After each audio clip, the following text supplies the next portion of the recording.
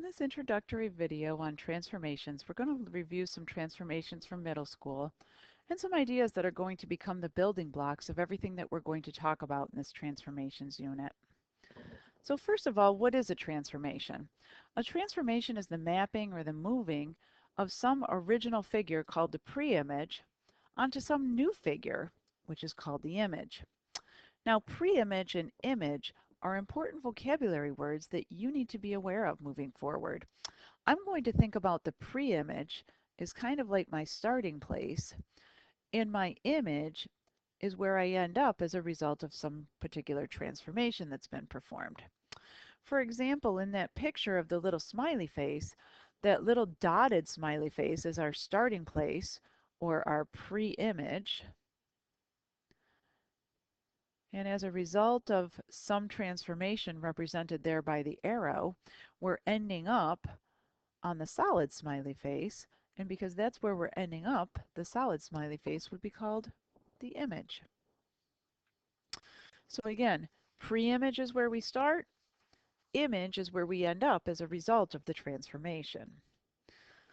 You probably too remember from middle school this whole notion about naming transformations. I'm starting with triangle ABC and then applying some slide to that triangle. And the points in the new triangle we're going to name using prime notation. So A in the pre-image is now going to become point A prime in the image. B in the pre-image is going to become point B prime in the image. And point C in the pre-image is going to become point C prime in the image. So again, because we started up here with triangle ABC, he is the pre-image.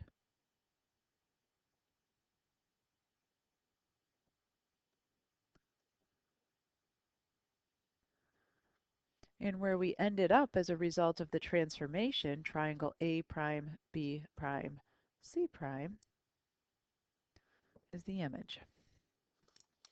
Now, some different types of transformations you may or may not recall from middle school is this whole idea of a reflection, which you probably can think about or do think about as a flip over some line. A rotation, which you can think about as the turning about some point. And the translation, which is considered the slide of an object. And for all three of those transformations, the reflection, the rotation, and the translation, I want you to notice that the pre-image and the image are exactly the same size and shape. We have a special name for that. It's called a rigid motion or an isometry.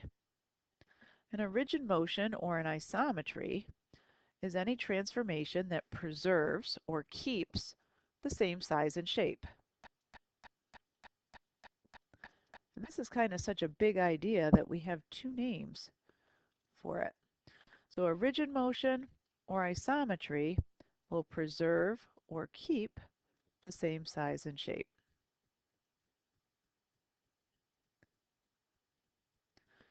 Now notice that in the dilation, the heart stays a heart, the shape is maintained, but the size is changed.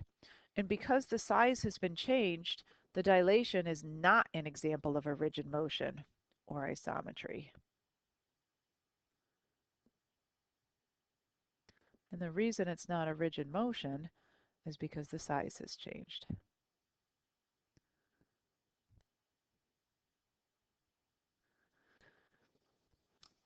So rigid motion will always preserve or keep the same size and shape.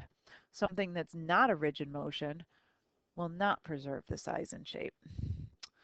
Now, when we're talking about rigid motions or isometries, there's two different types of isometries or two different types of rigid motion we can have. We can have the direct isometry, which preserves. Notice that word preserves is coming back again and again and again. That's going to be an important vocabulary word moving forward. So a direct isometry will either preserve or keep the same orientation or order. Well, an opposite isometry will reverse the orientation or the order. And they've put a nice little example of this with some triangles in our notes at the bottom of the page, but I think it might be even easier to think about this in terms of the word pan. If I take the word pan and I rotate it and I turn it on its side, it still says pan. I have to turn my head a little bit and rotate my head a little bit to read it, but it still says pan. The orientation has been preserved, it's been kept. If I were to take that same word pan and instead of turning it, I were to simply slide it across the page to a new location, again, the word pan still says pan. Both of these examples are examples of a direct isometry because the orientation has been maintained, the orientation has been preserved. If I were to now, on the other hand, take that same word pan and reflect it over a line, so now my N becomes backwards, and I have to think hard to write this. My A becomes backwards, and my P becomes backwards. Notice that the word pan now says nap. That's because the orientation has been changed. The orientation has been reversed. And that's what makes this one an example of an opposite isometry. So direct isometry, pan stays pan. Opposite isometry, pan becomes nap. The orientation has been reversed. If I were to consider that same thought or that same idea as applied to these red and blue triangles down at the bottom of the page, if I take a look at the direct isometry and I take a look at the naming of the vertices in this triangle, in moving around the triangle from A to B to C, I'm noticing that in the blue triangle, the pre-image, the orientation is counterclockwise. And in the image, from A prime to B prime to C prime, we're still moving in that counterclockwise direction. So for the direct isometry, the orientation that started clockwise has been preserved. It has remained, sorry, the orientation that started counterclockwise has been preserved and remains counterclockwise. So the orientation is the same for both. It doesn't matter whether it's clockwise or counterclockwise. What's important there is that the orientation has remained the same. In the line reflection, on the other hand, looking at the naming of this blue triangle from A to B to C, we still are starting in the pre-image with that same counterclockwise orientation. But take a look at what happens in the red triangle, the image. Now, when naming those vertices from A to B to C, notice that now that orientation has gone to a clockwise orientation. So we started clockwise, we started counterclockwise and finished clockwise. Those orientations are different. They've been reversed. And that's what makes this one a direct isometry and this one opposite.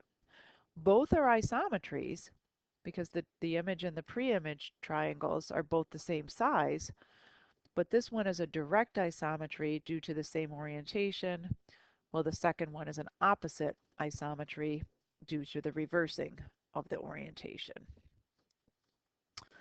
So there's a little bit on isometries. The last thing that I want to take a look at in this video is this whole notion of line symmetry or reflectional symmetry. We're going to talk a lot in this unit about mapping something or carrying something onto itself. And mapping it onto itself is another way of saying that that shape has some particular kind of symmetry. The type that we're going to take a look at today is this whole notion of line symmetry.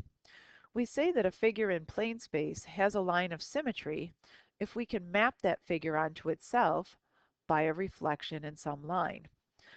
So in other words, I would like to think about this if I can draw a line through the figure in such a way that the two sides of the figure are perfect mirror images of one another, then we would say that a figure has line symmetry. In the particular instance of this arrow, if I were to draw a line right down the middle of the arrow, the left side and the right side would be perfect mirror images of one another, and therefore that figure would have a line of symmetry. You might think about that dotted line of symmetry as being a fold, I could take and I could fold the left half right over onto the right half, and the two halves would match up perfectly. That might be another good way to think about that line of symmetry. Polygons sometimes have lines of symmetry, and the greatest number of lines of symmetry that a polygon can have is exactly equal to the number of its sides. So the greatest possible number of lines of symmetry for a triangle would be 3. The greatest number of possible lines of symmetry for a pentagon would be 5, so on and so forth. The maximum number of lines of symmetry is always found in what's called the regular polygon. And you may or may not remember from middle school exactly what a regular polygon is, but a regular polygon is a polygon where all sides are the same and all angles are the same. So in the instance or in the picture they show you of that green octagon, a regular green octagon will have exactly the 8 lines of symmetry shown. The regular blue pentagon will have those 5 lines of symmetry shown. But again, the greatest number of possible lines of symmetry is going to exist in the polygon that is a regular polygon. All right, as always, thank you for bearing with me through the video. I do want you to take a few minutes and put your key ideas in the box on the next page, and then see what you can do with the check your understanding questions.